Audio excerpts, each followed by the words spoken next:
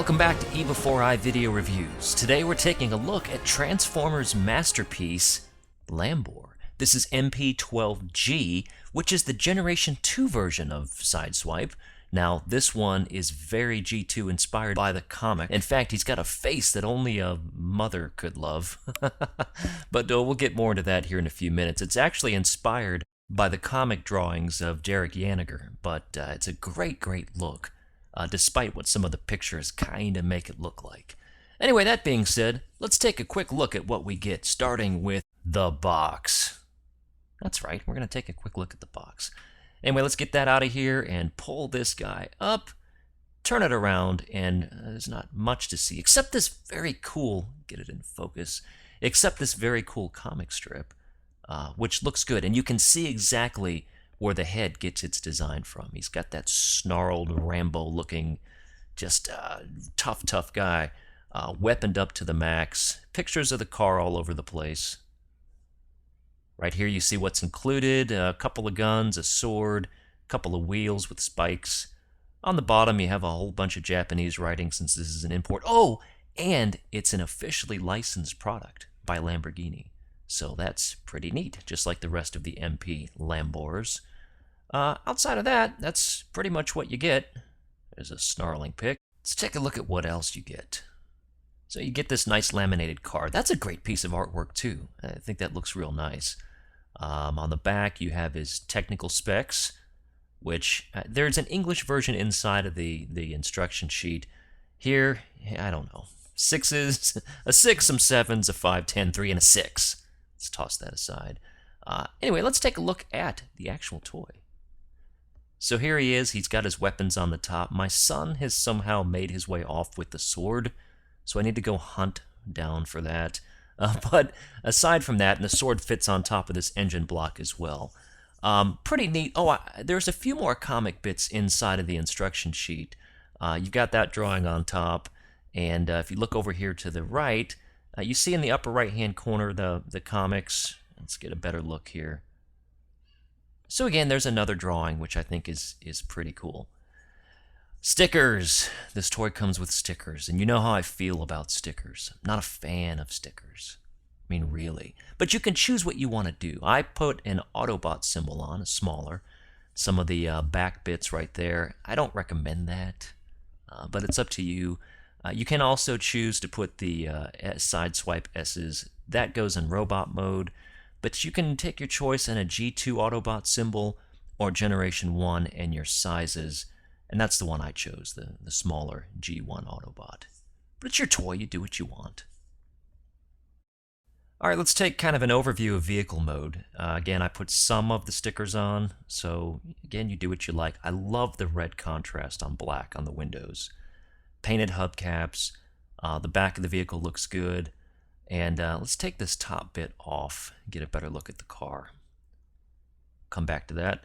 So here's the vehicle itself, and you can see, you know, the green and the black, it's not terrible. There's the Sideswipe deal. I think I'm going to peel mine off.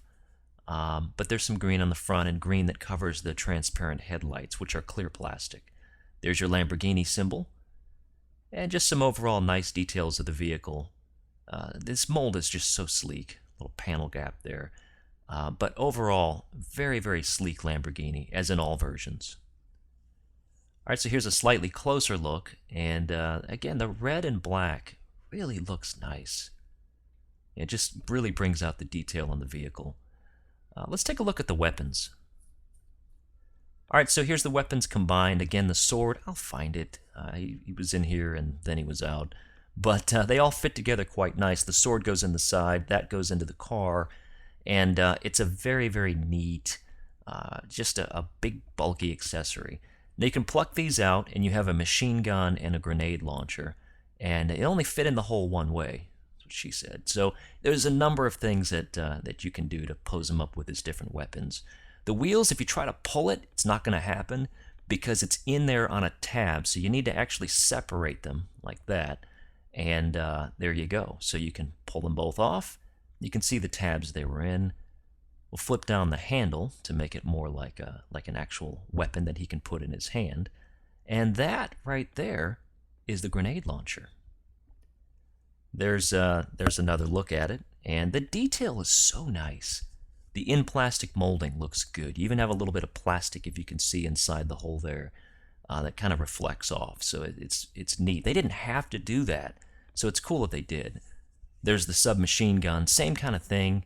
Got plastic and some clear coat paint on the inside. The detail, again, wonderful. It's a little piece of plastic. It's a toy, but you can tell they spent some time on the design. The spiky wheels are just that. They're hard plastic. There's not rubber or anything like that. These are painted. So you see the painted hubcap of the silver, and then the silver spikes all the way around. Same thing on the other side. These aren't really sharp, so you can give it to kids, but just don't put it in your mouth. All right, so here's the vehicle again, and let's go ahead and walk through a transformation. First, you want to take the wheels and just tilt them inside. We won't spend a ton of time on transformation since we've done this mold a few times. Here you take the side panels and just kind of lift them out. That'll expose the arms, pull them straight down, like that. Then you want to take the front part. If you try to push it, it won't go because it's tabbed in, so make sure you undo the tabs and bring it down. Your head is now exposed. The head deforms to fit into that slot. Push the back of the head together and, well, you formed a head. So that's all you got to do there. We're going to come down now, and we're going to take the arms and pull them up. That fills in the side gap.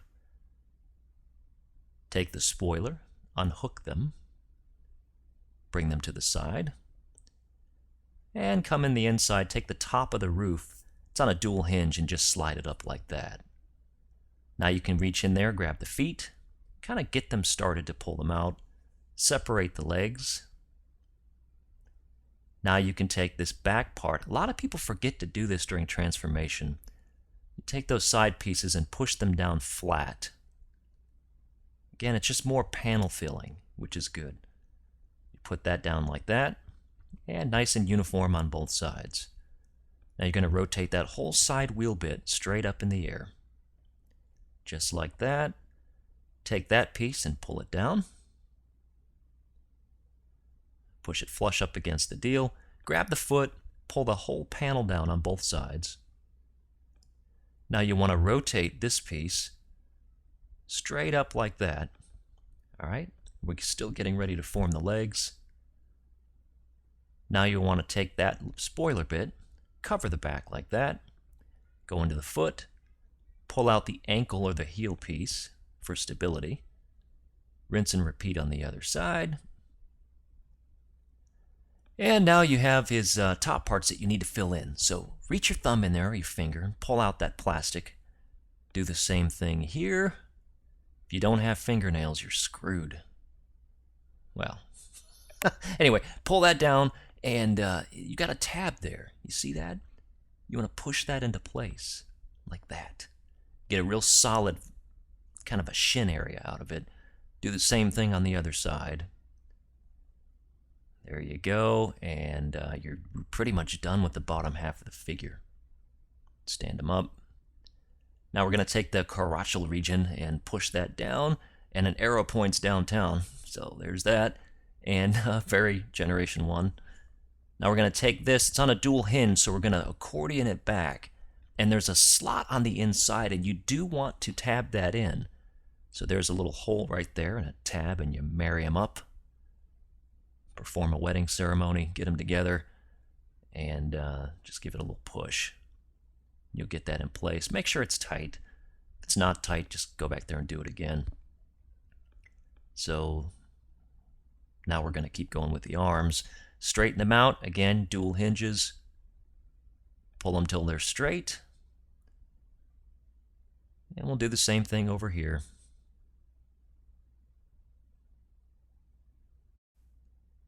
Now you want to reach around and you want to take the panels and collapse them in for his arm. Actually, before you do that, open them back up. Forgot to pull out the fist. So just again, take your thumbnail, pull down on that tab, and the fist pops out. Do the same thing over here. Pull down on that tab. Stupid tab. And then close it back up. And just start to rotate things around to form a proper arm. Take the elbow joint toward you.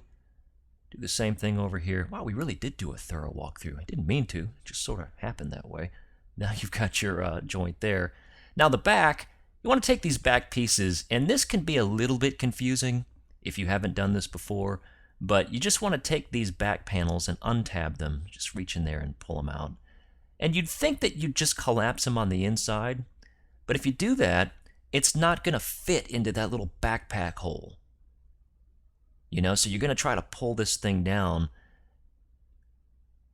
and it's just not going to work. So what you want to do is you want to grab the inside there, and you want to pull them open. See how that won't fit? So pull them open like that. All right, so you've got the joint exposed, and it fits perfect. All right, so now we want to go ahead and accessorize him up. And to do that, I'm going to reach over here and grab the Wheels of Doom and put it down in there. You want to do it so that the peg is closer to the shoulder so you can get a good tilt on it like that. Do the same thing on the other side. Just pop that down in there, give it a little deal like that, and now we're real close.